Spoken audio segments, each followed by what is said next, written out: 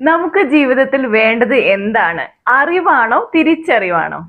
അറിവ് അഥവാ നോളേജ് എന്ന് പറയുന്നത് നാം പഠിക്കുന്നതും വായിക്കുന്നതും മനസ്സിലാക്കുന്നതും കേൾക്കുന്നതും ഒക്കെ അറിവാണ്. തിരിച്ചറിവ് അഥവാ അവയർനെസ് അല്ലെങ്കിൽ റിയലൈസേഷൻ എന്ന് പറയും.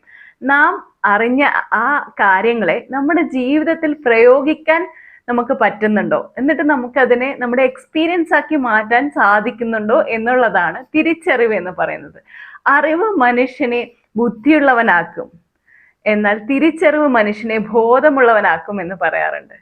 ഉദാഹരണമായി നമുക്ക് എല്ലാവർക്കും അറിയാം അല്ലേ, രാവിലെ നേരത്തെ എഴുന്നേറ്റ് യോഗ ചെയ്യുന്നത് ആരോഗ്യത്തിന് വളരെ നല്ലതാണ് എന്നുള്ളൊരു അറിവ് നമുക്കുണ്ട്. പക്ഷെ നമ്മളത് തിരിച്ചറിവാകുന്നത് എപ്പോഴാണ്? അത് നമ്മുടെ പ്രയോഗത്തിൽ വരുത്തുമ്പോഴാണ് അല്ലേ.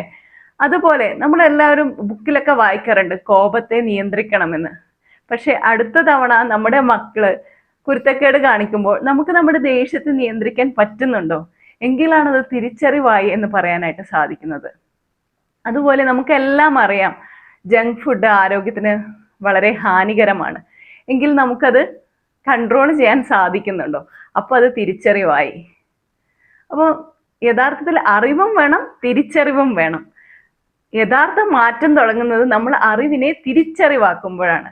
എൻ്റെ ജീവിതത്തിൽ കിട്ടിയ ഒരു 10% അറിവിനെ ഞാൻ തിരിച്ചറിവാക്കാൻ തുടങ്ങിയപ്പോൾ, അല്ലെങ്കിൽ എൻ്റെ ജീവിതത്തിൽ അത് പ്രയോഗിക്കാൻ തുടങ്ങിയപ്പോൾ വലിയൊരു മാറ്റം എൻ്റെ ലൈഫിൽ ഉണ്ടായതായിട്ട് എനിക്ക് ഫീൽ ചെയ്യുന്നുണ്ട്.